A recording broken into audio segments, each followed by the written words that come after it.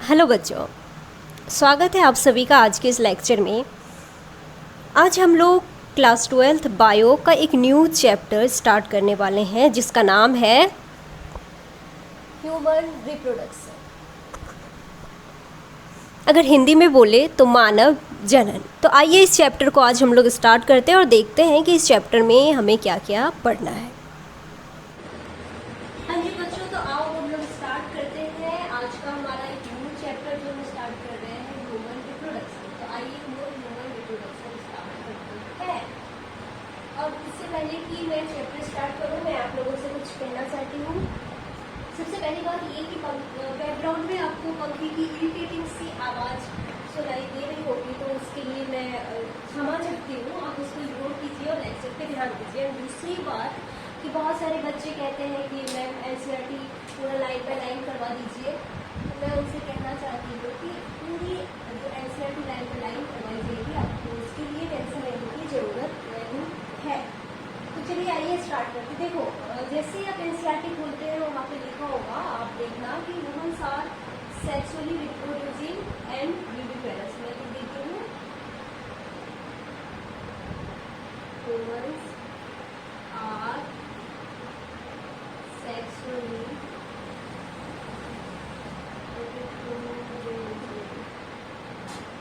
and viviparous। मतलब हम humans जो है वो सेक्सुअली रिप्रोड्यूस करते हैं और हम विविपेरस, मतलब हम विविपेरस ही तो है। ऐसा तो नहीं है ना कि आप में से किसी ने ओविपेरस ह्यूमन देखा हो? नहीं देखा ना, क्योंकि होते ही नहीं तो कैसे देखेंगे। देखिए, विविपेरस का मतलब क्या होता है कि जो डायरेक्ट यंग वन को बर्थ देते हैं। और हम तो डायरेक्ट बच्चे को ही जन्म देते हैं ना, मतलब अंडे तो नहीं देते ना हम। तो हम कैसे हैं? विविपेरस है। देखिए, आप पढ़ते भी हैं इसको, फर्स्ट चैप्टर में ही पढ़ते हैं। अब यहाँ पे मैं आपको reproduction, sexual reproduction, asexual reproduction, मिडिफरेंस, ये सभी नहीं पढ़ाऊंगी क्योंकि आपने ऑलरेडी से इसे पढ़ लिया है चैप्टर फर्स्ट में। और साथ ही आप पढ़ते हैं ना बेबीपेरस, ओविपेरस, अंडे देने वाले जीव, बच्चे देने वाले जीव। तो we are what? We are viviparous. Clear है? सारे जो ह्यूमन्स हैं वो विविपेरस ही होते हैं। इंसान बच्चे ही देते हैं, अंडे नहीं देते। तो याद रखना कि हम कैसे हैं, हम विविपेरस। अब देखिए, आप आपके एनसीईआरटी में ह्यूमन रिप्रोडक्शन के कुछ मेजर इवेंट्स दिए हैं जिनको कि हमको थोड़ा समझना है। आइए समझते हैं। देखिए, सबसे पहला जो सबसे इवेंट है फर्स्ट नंबर पे, वो है गैमेटोजेनेसिस। तो व्हाट इज गैमेटोजेनेसिस? गैमेटोजेनेसिस क्या है? तो देखिए, लिखा भी है फॉर्मेशन ऑफ गैमेट्स, यानी गैमेट्स के फॉर्मेशन की जो प्रोसेस है, जो प्रक्रिया है, उसी को कहते हैं हम गैमेटोजेनेसिस। अब गैमेट्स क्या होते हैं? Sex cells. मेल गैमेट क्या है? तो स्पर्म। मेल गैमेट को स्पर्म कहते हैं और फीमेल गैमेट को ओवम कहते हैं। तो मेल में स्पर्म बनेगा और फीमेल में ओवम बनेगा। मेल अपना गैमेट स्पर्म बनाएगा और फीमेल अपना गैमेट ओवम बनाएगी। स्पर्म के बनने की जो प्रोसेस है उसको स्पर्मेटोजेनेसिस कहते हैं, आगे हम पढ़ेंगे। और ओवम के बनने की जो प्रोसेस है उसको oogenesis कहते हैं, फॉर्मेशन ऑफ ओवम। तो गैमेटोजेनेसिस क्या होगा? गैमेट्स के फॉर्मेशन की जो प्रक्रिया है उसको हम गैमेटोजेनेसिस कहते हैं। मेल गैमेट को स्पर्म कहते हैं, फीमेल गैमेट को ओवम कहते हैं। स्पर्म के बनने की प्रक्रिया को स्पर्मेटोजेनेसिस कहते हैं और ओवम के बनने की प्रक्रिया को oogenesis कहते हैं। तो अब गैमेट्स बन गए। अब जब गैमेट्स बन गए तो ऐसा तो है नहीं कि गैमेट्स बना के चुपचाप बैठे रहना है और अपने आप रिप्रोडक्शन होगा, ऐसा नहीं है। गैमेट्स को ट्रांसफर भी करना है। देखिए, हम ह्यूमन्स में तो हमेशा मेल गैमेट यानी कि स्पर्म को फीमेल के बॉडी में ट्रांसफर किया जाता है। इसी को इंसेमिनेशन कहते हैं। देखो, लिखा भी है इंसेमिनेशन क्या है? Transfer of sperms into the female genital tract, यानी कि मेल को अपना गैमेट यानी कि स्पर्म को फीमेल के जेनिटल ट्रैक्ट में ट्रांसफर करना होता है और इसी को हम कहते हैं इंसेमिनेशन। क्या कहते हैं? इंसेमिनेशन। अब देखो, अब जब इंसेमिनेशन हो गया, जो स्पर्म है वो फीमेल के जेनिटल ट्रैक्ट में ट्रांसफर हो गया, तो अब क्या होगा? अब आगे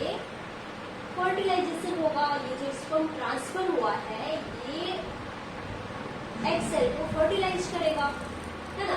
फीमेल के बॉडी में अगर मैं थोड़ा क्लियरली कहूँ तो फीमेल के फैलोपियन ट्यूब में, आगे इसको हम पढ़ेंगे, वहाँ पे फर्टिलाइजेशन होता है। तो जो स्पर्म ट्रांसफर हुआ है फीमेल के जेनेटल ट्रैक्ट में, अब वो एक सेल को फर्टिलाइज करेगा। देखो क्या लिखा है फर्टिलाइजेशन में, fusion of male and female gametes, fertilisation leading to formation of zygote, यानी कि अब फीमेल बॉडी में, फीमेल के फैलोपियन ट्यूब में मेल एंड फीमेल गैमेट का फ्यूजन होगा, और क्या बनेंगे, जाइगोट बनेंगे, याद रखिएगा। अब देखो, अब जब फर्टिलाइजेशन हुआ तो जाइगोट बना। याद रखिएगा कि ये जो जाइगोट है इसके बारे में कुछ चीजें याद रखो। ये जाइगोट में लिख देती हूँ सिंगल सेल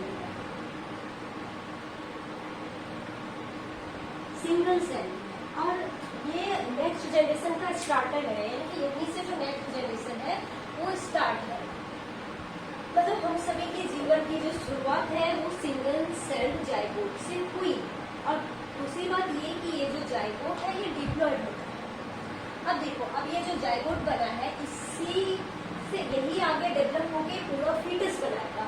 तब इस जाइगोट में हम आगे पढ़ेंगे, इसमें डिवीजन होता है, क्लीवेज होता है जाइगोट में, जिससे एक सेल, जाइगोट जो वो सिंगल सेल है, ये डिवाइड करके 1 से 2 सेल, 2 से 4 सेल, 4 से 8 सेल ऐसे बनते हैं। इसको आगे हम बहुत ज्यादा डिटेल में पढ़ेंगे। और जब एक स्टेज आती है जिसको हम कहते हैं ब्लास्टोसिस्ट, क्या कहते हैं हम, ब्लास्टोसिस्ट। याद रखना कि ये जो जाइगोट है ये सिंगल सेल है, बट ये ब्लास्टोसिस्ट मल्टी सेलुलर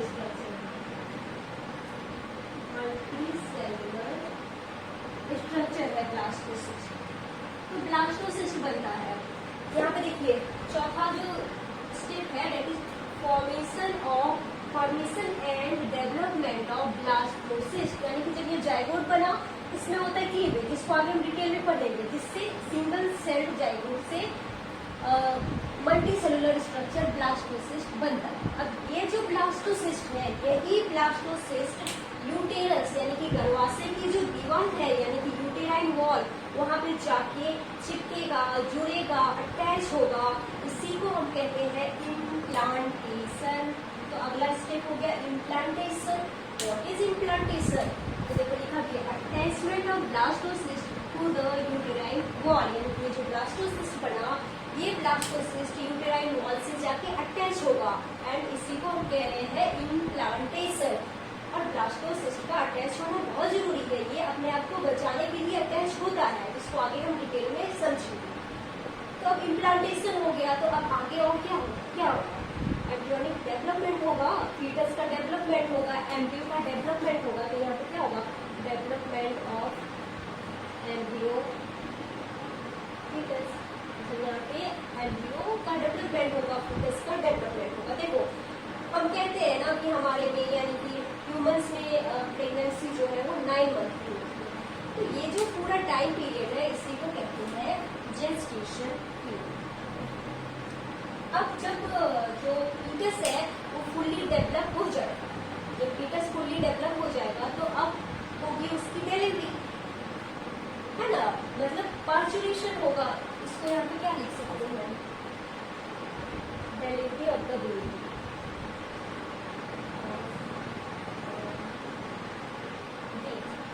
बच्चे की डिलीवरी हो जाएगी। तो ये कुछ इवेंट्स एनसीईआरटी ने दे रखे हैं जिनकी हमें पढ़ना है। अच्छा, मैं एक चीज और यहाँ पे बोलना चाहती हूँ कि देखिए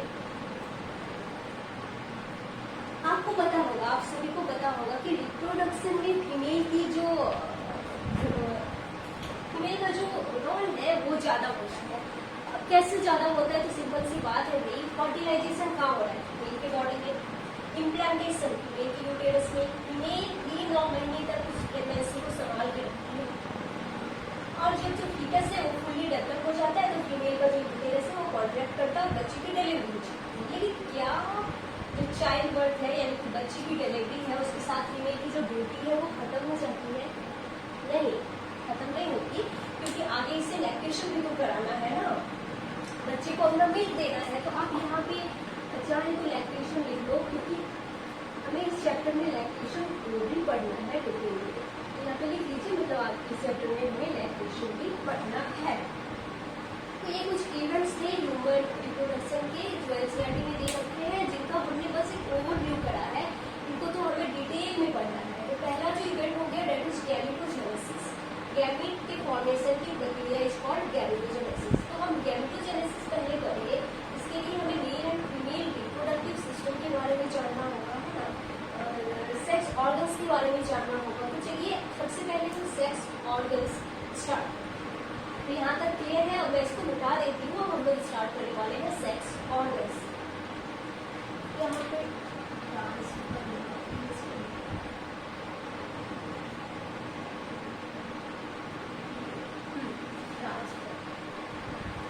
तो यहाँ तक क्लियर है, मिटा दे। हाँ, तो आइए अब हम लोग स्टार्ट करते हैं सेक्स ऑर्गन्स से। देखो मैंने यहाँ पे पहले से ही लिख रखा है, क्योंकि लिखने में काफ़ी ज़्यादा टाइम बर्बाद हो जाता है, तो मैंने पहले से लिख रखा ताकि मैं आपको ज़्यादा अच्छे से समझा पाऊँ। तो देखिए सेक्स ऑर्गन्स दो तरह के होते हैं। एक हो गया प्राइमरी सेक्स ऑर्गन्स और दूसरा हो गया सेकेंडरी सेक्स ऑर्गन्स। क्लियर है, सेक्स ऑर्गन्स दो तरह के हैं, एक हो गया प्राइमरी सेक्स ऑर्गन्स और दूसरा हो गया सेकेंडरी सेक्स ऑर्गन्स। लेकिन अब सवाल ये है कि प्राइमरी सेक्स ऑर्गन्स को प्राइमरी क्यों कहा और सेकेंडरी सेक्स ऑर्गन्स को सेकेंडरी क्यों कहा। अगर आपसे कोई पूछ देता है कि भाई बताओ प्राइमरी सेक्स ऑर्गन्स को प्राइमरी क्यों कहा, तो आप क्या कहोगे?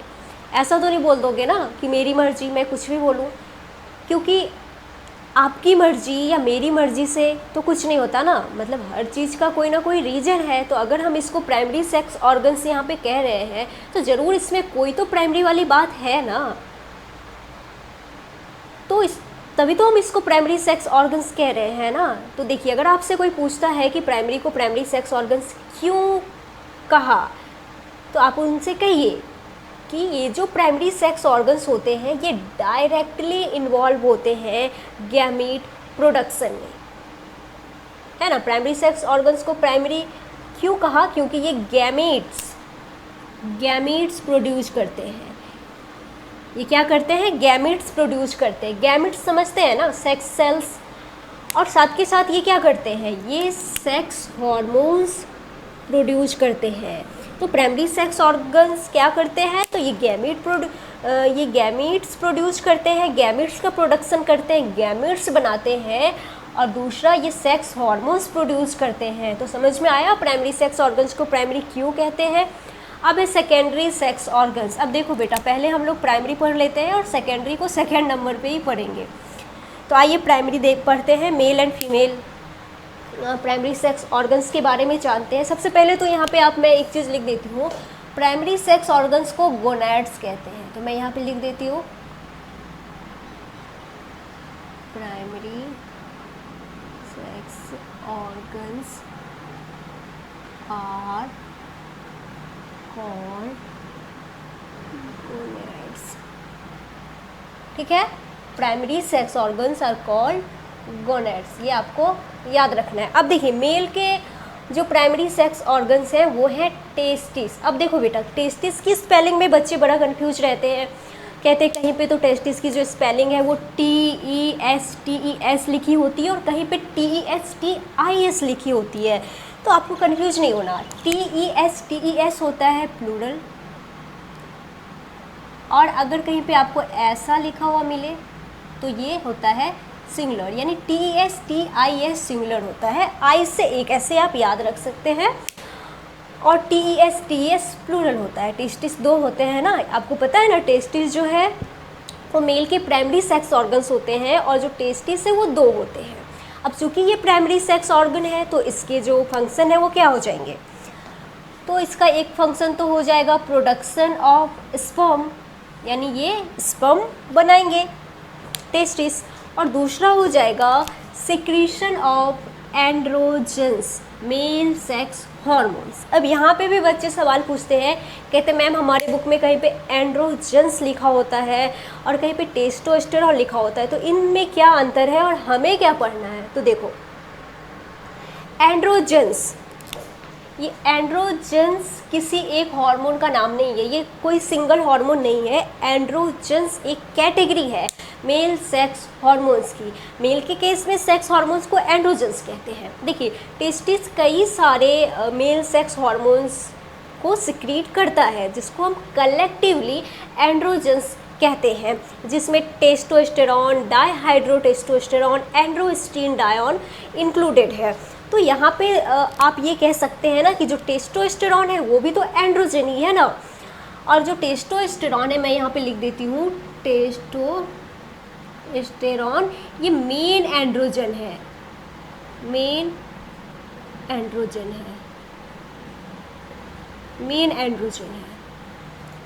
तो जो देखो फिर से एक बार समझो, जो एंड्रोजन्स है ये एक कैटेगरी है और इसका एक एग्जाम्पल हो गया टेस्टोस्टेरॉन। और ये जो टेस्टोस्टेरॉन है ये बहुत इंपॉर्टेंट है, ये मेन एंड्रोजन है। तो यहाँ तक आपको समझ में आया?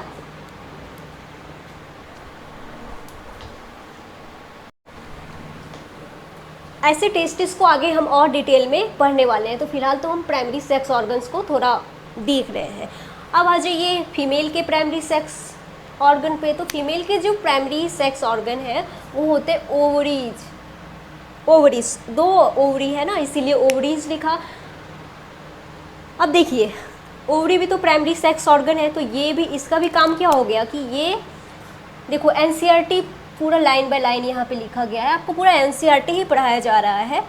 तो देखिए क्या लिखा है ओवरीज के बारे में कि produce the female gamete ovum, यानी कि जो ओवरी है वो फीमेल गैमीट ओवम प्रोड्यूस करती है। अब देखिए यहाँ पे एनसीईआरटी ने फीमेल गैमीट ओवम तो लिख दिया, लेकिन जो थोड़े बड़े बच्चे हैं जो एक बार पढ़ चुके हैं उन्हें पता होगा कि जब ओव्यूलेशन होता है तो उस वक्त ओवरी से सेकेंडरी oocyte रिलीज होती है, और जो ओवम है वो तो फैलोपियन ट्यूब में बनता है। अगर वो भी अगर स्पर्म आया, फर्टिलाइजेशन हुआ तो ओवरी से तो जो ओवरीज हैं वो तो इमेच्योर फीमेल गैमेट्स और oocytes प्रोड्यूस करती है। ओवम या फिर मैच्योर एग जो है वो तो फैलोपियन ट्यूब में स्पर्म आया, फर्टिलाइजेशन हुआ तो बनता है। तो मैं यहाँ पे थोड़ा अच्छे से सजा के थोड़ा ऐसे कह सकती हूँ क्या कि the ovaries produce secondary oocytes that develop into mature ova after fertilisation, मैं ऐसा कह सकती हूँ ना। तो एनसीईआरटी ने यहाँ पे ओवम लिखा है लैंग्वेज की सुविधा के लिए, ताकि आपको कंफ्यूज ना हो। आपको अभी से सेकेंडरी oocytes सबके बारे में तो नहीं ही पता होगा, जो पहली बार पढ़ रहे हैं, तो आपको टेंशन लेने की बिल्कुल भी ज़रूरत नहीं है, आगे आपको अच्छे से समझाया जाएगा। फिलहाल तो आप ये समझ लीजिए कि जो ओवरीज हैं वो क्या करते हैं, तो produce the female gamete ovum. अच्छा, यहाँ पे भी बच्चों को बड़ी कन्फ्यूजन होती है ओवम और ओवा में। ओवम जो होता है सिंगुलर और ओवा प्लूरल, तो इसमें भी सॉरी तो कट गया ओवा, इसमें भी आपको कंफ्यूज नहीं होना है। तो हमने देखा ओवरीज के बारे में अभी हम पढ़ रहे हैं। तो देखो क्या लिखती है NCERT, produce the female gamete ovum and several steroid hormones, steroid hormones, ovarian hormones. अब इस पॉइंट को समझो, एक एक लाइन एनसीईआरटी की मैं आपको अच्छे से समझाऊंगी, आपको बस ध्यान से लेक्चर देखना है। देखो ओवरी जो है वो कई सारे स्टेरॉयड हार्मोन्स बनाती हैं। ओवरी से आने वाले जो स्टेरॉयड हार्मोन्स हैं उसकी 2 मेन कैटेगरी है, मैं यहाँ पे लिख दूँ। ओवरी से आने वाले स्टेरॉयड हार्मोन की 2 मेन कैटेगरी है, यहाँ पे मैं लिख देती हूँ। इसमें से एक कैटेगरी तो हो गया ईस्ट्रोजन्स, ईस्ट्रोजन्स, और जो दूसरी कैटेगरी है वो है प्रोजेस्टिन्स, प्रोजेस्टिन्स। एक कैटेगरी हो गया ईस्ट्रोजन्स और जो दूसरी कैटेगरी है वो हो गया प्रोजेस्टिन्स। अब देखो हम ईस्ट्रोजन हम कह तो देते हैं, बट ईस्ट्रोजन एक सिंगल हार्मोन नहीं है, मतलब oestrogen is not a single hormone, oestrogen is a category. और ईस्ट्रोजन कैटेगरी में क्या क्या आते हैं, तो ईस्ट्रोजन्स में आपको याद नहीं करना, मैं बस आप बता दे रही हूँ कि ईस्ट्रोजन्स में एस्ट्रॉन, एस्ट्रायोल, एस्ट्राडायोल वगैरह इंक्लूडेड है। एक और भी स्टेरॉयड बनाती है ओवरी, एक और भी स्टेरॉयड ओवरी बनाती है जिनको हम कलेक्टिवली प्रोजेस्टिन्स कहते हैं।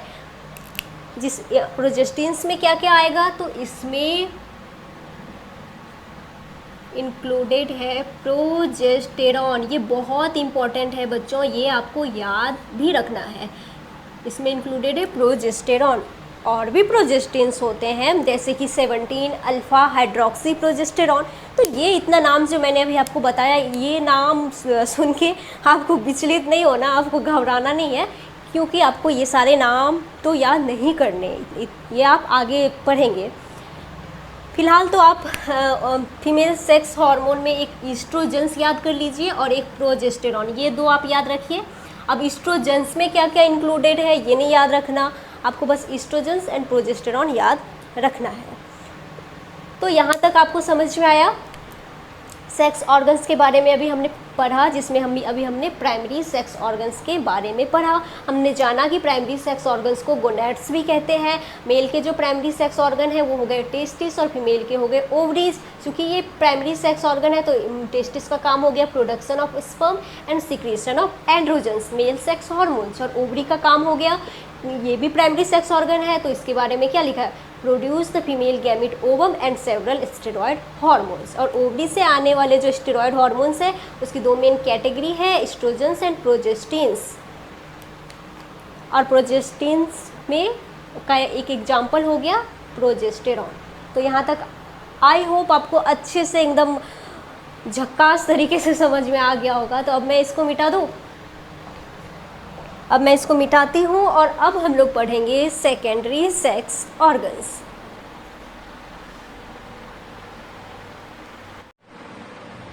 हाँ, तो आइए अब हम लोग सेकेंडरी सेक्स ऑर्गन्स के बारे में पढ़ेंगे।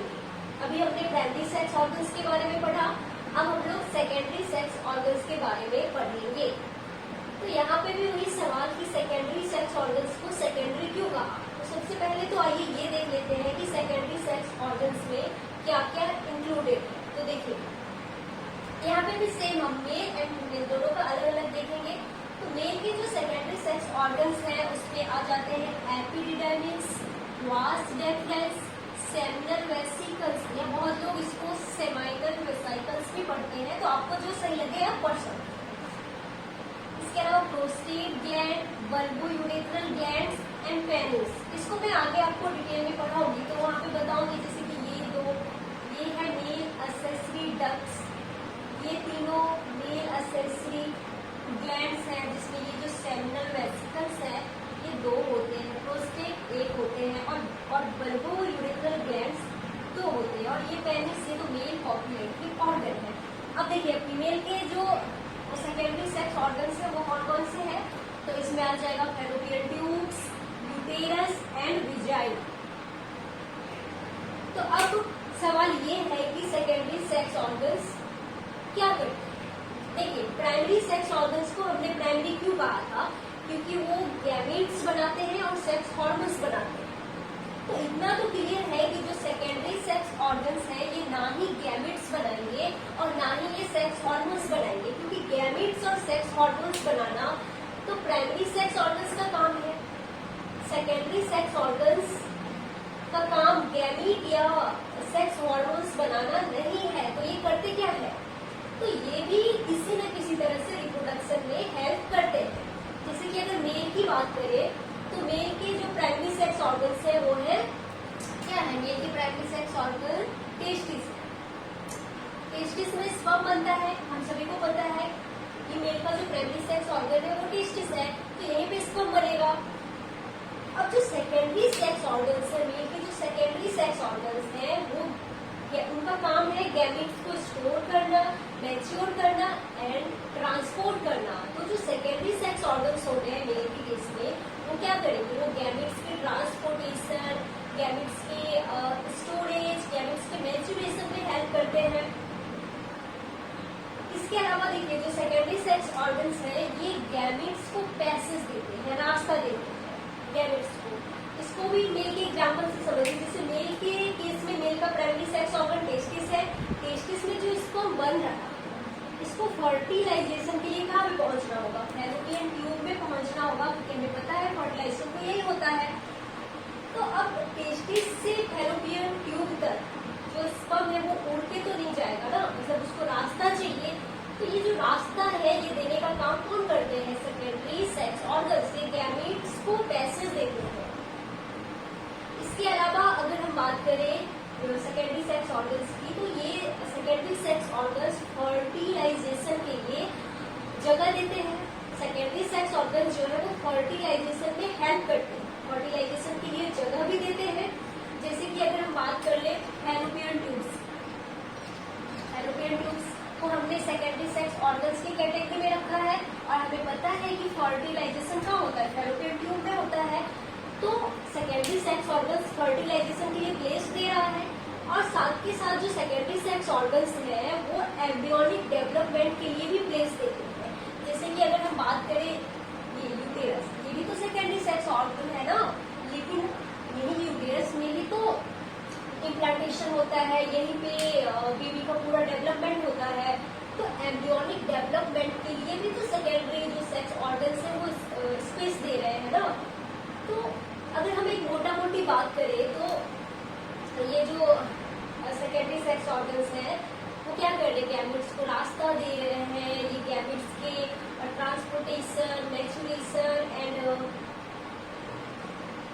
स्टोरेज में हेल्प कर रहे हैं। ये फर्टिलाइजेशन में हेल्प करते हैं। सेकेंडरी सेक्स ऑर्गन्स फर्टिलाइजेशन के लिए जगह देते हैं, एम्ब्रियोनिक डेवलपमेंट के लिए जगह देते हैं। तो अगर हम ऐसे बोले कि मतलब किसी न किसी तरह से ये रिप्रोडक्शन में हेल्प करते, ये बस एक मोटा मोटी मैंने आपको एक आइडिया दिया। ऐसे हम इन सभी को एक एक करके बाद में डिटेल में पढ़ेंगे, इन सभी को एक एक करके पढ़ेंगे और इनके फंक्शन भी जानेंगे। तो ये हो गया अपना सेकेंडरी सेक्स ऑर्गन्स। यहाँ पे हमने primary and secondary sex organs के बारे में पढ़ा। अब चलिए अब हम लोग थोड़ा प्राइमरी सेक्स ऑर्गन्स के डेवलपमेंट को देखते हैं। तो आइए अब हम लोग गोनैड्स के डेवलपमेंट को थोड़ा जानते हैं। प्राइमरी सेक्स ऑर्गन्स को ही गोनैड्स भी कहते हैं। देखिए आपको एक बेसिक आइडिया होगा कि मेल के जो प्राइमरी सेक्स ऑर्गन्स है, मेल के primary sex organ testis, testis कहाँ पे होते हैं, एब्डोमिनल कैविटी के बाहर होते हैं, एक थैली में, एक पाउच लाइक स्ट्रक्चर में, जिसको हम कहते हैं स्क्रॉटम। लेकिन वही जो ओवरीज है, फीमेल के जो प्राइमरी सेक्स ऑर्गन है ओवरी, वो कहाँ पे होते हैं, ओवरीज वो एब्डोमिनल कैविटी में ही होते हैं, लोअर एब्डोमेन में। तो ऐसा क्यों कि जो टेस्टिस है वो एब्डोमिनल कैविटी के बाहर है, और जो ओवरीज है ये एब्डोमेन में ही है, एब्डोमिनल कैविटी में ही है। तो इसके लिए हमें सबसे पहले ये जानना होगा कि आखिर ये जो mail and female primary sex organs हैं, टेस्टिस एंड ओवरीज, ये कब, कहाँ और किससे डेवलप होते हैं। तो आइए देखते हैं। देखिए यहाँ पे क्या लिखा है, ड्यूरिंग IUL, IUL मतलब इंट्रा यूटेराइन लाइफ, यानी यूटेरस के अंदर की जो लाइफ है। तो during IUL testis and ovaries develop from mesoderm. मैं आपको पढ़ाऊंगी 3 germ layers, ectoderm, mesoderm and endoderm. इसमें से जो टेस्टिस एंड ओवरी है वो मेसोडर्म से डेवलप होते हैं। और कहाँ डेवलप होते हैं, तो they develop in abdominal cavity. चाहे टेस्टिस हो या ओवरी हो, दोनों का डेवलपमेंट एब्डोमिनल कैविटी में होता है। भले ही जो टेस्टिस है वो स्क्रॉटम में बाद में आ जाते हैं, लेकिन ये स्क्रॉटम में डेवलप नहीं हुए। उनका जो डेवलपमेंट है ये तो एब्डोमिनल कैविटी में हुआ है, ये एब्डोमिनल कैविटी में डेवलप हुए हैं, लेकिन बाद में जो टेस्टिस है वो स्क्रॉटम में आ जाते हैं। लेकिन जो ओवरीज है वो एब्डोमिनल कैविटी में ही रहते हैं। क्लियर है?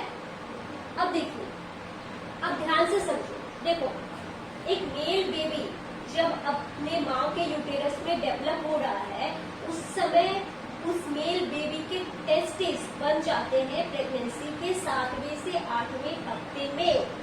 ध्यान दीजिए, मैं यहाँ पे लिख देती हूँ, मैं इधर लिख सकती हूँ, टेस्टिस आर फॉर्म्ड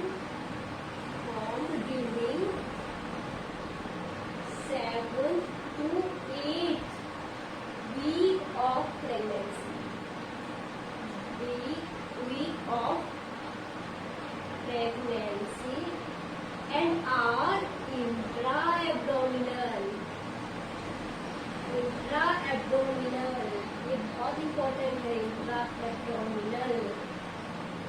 तो देखो मैंने यहाँ पे क्या लिखा कि testis are form during 7th to 8th week of pregnancy and are intra abdominal. एक बार फिर से समझो, एक मेल बेबी जब अपने माँ के गर्भाशय में यूटेरस में डेवलप हो रहा है, उस समय उस मेल बेबी के टेस्टिस बन जाते हैं प्रेगनेंसी के 7वें से 8वें हफ्ते में, और उस समय टेस्टिस इंट्रा एब्डोमिनल है।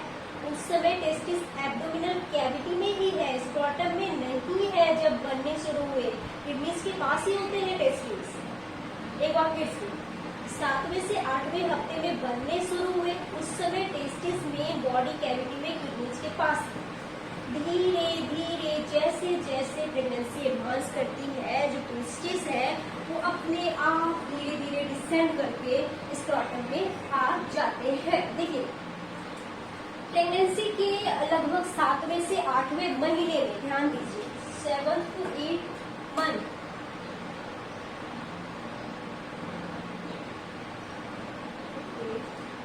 में जो टेस्टिस है वो इंग्विनल कैनाल से होते हुए धीरे धीरे डिसेंड करके स्क्रॉटम में आ जाते हैं। क्लियर है? लेकिन देखिए कई बार तो कुछ केस में ऐसा होता है कि जो टेस्टिस है वो जन्म के बाद डिसेंड करते हैं। मैं आपको पढ़ाऊंगी एक क्लिनिकल कंडीशन जिसको कहते हैं क्रिप ऑर्किडिज्म। इसमें क्या होता है ना कि एक मेल बेबी का जन्म हो गया और उस समय उसकी जो टेस्टिस है वो स्क्रॉटम में नहीं होती। देखिए नॉर्मली जो है वो जन्म के समय, जब एक मेल बेबी का जन्म हुआ उस समय उसकी टेस्टिस जो है वो स्क्रॉटल सैक में, स्क्रॉटम में होनी चाहिए। लेकिन कई बार क्या होता है जो टेस्टिस है वो जन्म के बाद डिसेंड करके स्क्रॉटम में आते हैं। एक क्लिनिकल कंडीशन में आपको पढ़ाऊंगी क्रिप ऑर्किडिज्म। इसमें क्या होता है ना कि एक मेल बेबी का जन्म हुआ, उस समय उसकी जो टेस्टिस है स्क्रॉटम में नहीं, डॉक्टर चेक कर लेते हैं और उस समय जब उसकी जो टेस्टिस है वो स्क्रॉटम में नहीं है तो डॉक्टर ये सलाह देते हैं कि हमें थोड़ा इंतजार करना चाहिए, महीना, 6 महीना, साल भर, और जो टेस्टिस है वो अपने आप डिसेंड करके आ जाएगा। लेकिन अगर नहीं आता है तो फिर हमें बहुत देर नहीं करनी है, गड़बड़ हो जाएगी। हमें उसके बाद इसके लिए एक सर्जरी है जो किया जाता है जिसको कहते हैं ऑर्किडोप्लेक्सी। इस सर्जरी से जो है टेस्टिस को स्क्रॉटम में लाया जाता है। इसको हम पढ़ेंगे आने वाली क्लास में। तो हमने क्या पढ़ा कि टेस्टिस जो है वो बन जाते हैं 7th to 8th week of pregnancy में, लेकिन प्रेगनेंसी के लगभग 7वें से 8वें महीने में जो टेस्टिस है वो इंग्विनल कैनाल से होते हुए धीरे धीरे डिसेंड करके स्क्रॉटम में आ जाते हैं। तो एक मेल बेबी का जब जन्म हुआ उस समय उसके जो टेस्टिस हैं वो नॉर्मली स्क्रॉटम में होने चाहिए, लेकिन जो ओवरी है वो एब्डोमिनल कैविटी में ही रह जाते हैं। जो ओवरीज हैं वो एब्डोमिनल कैविटी में ही रह जाते हैं। जैसे कि एक फीमेल बेबी जब अपने माँ के यूटेरस में पल रही थी उस समय उस फीमेल बेबी के जो ओवरी है एब्डोमिनल कैविटी में बनते हैं और वो एब्डोमिनल कैविटी में ही रहते हैं। फीमेल बेबी का जन्म हो जाता है, वो बड़ी हो जाती है, कितनी भी बड़ी हो जाए उसके जो ओवरीज है वो एब्डोमिनल कैविटी में ही रहते हैं। लेकिन मेल के केस में जो टेस्टिस है वो बनते एब्डोमिनल कैविटी में है, लेकिन बाद में वो डिसेंड करके स्क्रॉटम में आ जाते हैं। बट जो ओवरीज है वो बनते भी एब्डोमिनल कैविटी में है और रहते भी एब्डोमिनल कैविटी में ही है। तो आइए एक बार फिर से रिविजन कर लेते हैं कि जो गोनैड्स यानी प्राइमरी सेक्स ऑर्गन्स को ही गोनैड्स भी कहते हैं। जो प्राइमरी सेक्स ऑर्गन्स है वो कब डेवलप होते हैं, जो टेस्टिस एंड ओवरी है वो कब डेवलप होते हैं, तो इंट्रायूटेराइन लाइफ में। सिंपल सी बात है भाई, मान लीजिए आपके घर में एक मेल बेबी पैदा हुआ और एक फीमेल बेबी पैदा हुई, तो उस समय जब उनका जन्म हुआ तो उस समय उनके सारे ऑर्गन्स है ना, मतलब वो कब डेवलप हुए होंगे, जब वो अपने माँ के यूटेरस में था उसी समय डेवलप हो गए होंगे।